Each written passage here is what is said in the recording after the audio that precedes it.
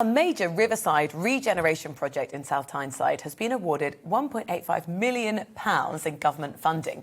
It's the Holborn project in South Shields, and it's going to see former industrial land and disused docks transformed instead into a development for 300 new homes. But as our North East of England reporter Rachel Sweeney explains, this new development has come with a lot of preparation. This is the Holborn area of South Shields. This area was heavy in industry and has been for so many years, but now it's time for a huge overhaul and a huge change. It's very exciting for people who live here. Now, this money is primarily going to be used to drain and restructure the ground, because as it is now, it can't even be built on. So developers need it to be reset before building work can begin. Now, joining me now is leader of the council, Tracey Dixon, to tell us more. Tracey, what is this going to mean to the people of South Shields? This is just the beginning of the Holborn site. It is so exciting for us in South Shields and in South Tyneside. This is going to prepare the land. We're going to have a new housing development on the site itself. So that is going to be a huge, huge asset. This land has it's been left derelict for many years. It is a brownfield site, and it does need to have this ground looked at and basically made safe for people to actually develop on it. Long gone are the days of shipbuilding here. Most definitely, yes. This was a massive industrial site here in South Shields in particular. There is some issues with the land with regard to the heavy industry that was on there with contamination, land ownership. The side of the riverbank is obviously crumbling away. So there's an awful lot of work that needs to be done, but we really do welcome this £1.85 million that's been invested in South Tyneside.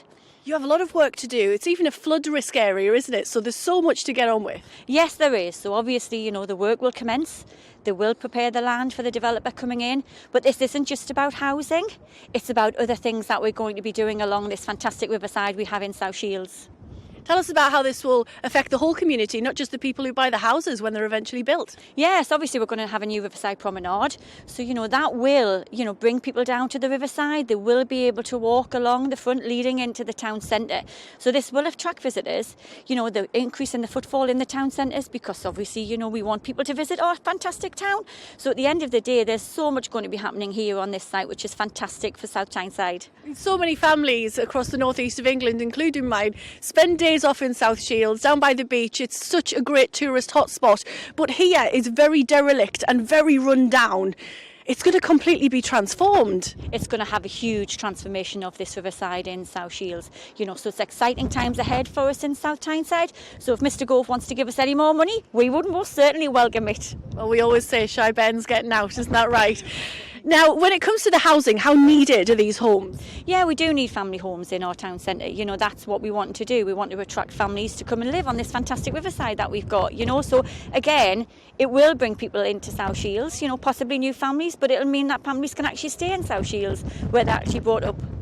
And it's not just the housing that's going to be good. It's also the economy, the jobs that will come with it. Most definitely, that's what we want to do. We've got a huge economic recovery coming on following from COVID, and that's what we want to do. We want families to stay in South Tyneside. We want to encourage people with regard to the certain skill sets and what have you. So, yes, South Tyneside is most definitely the place to be and to stay. I'm glad to hear it. Now, do we dare ask about a timeline? Well, like everything else, it's going to take a little while, but hopefully, we'll see. It's obviously going through the planning process, so hopefully we should see things developing sort of early next year. That's brilliant. GBNews will be there every step of the way. I cannot wait for this whole area to be completely transformed. Another step up for the North East of England.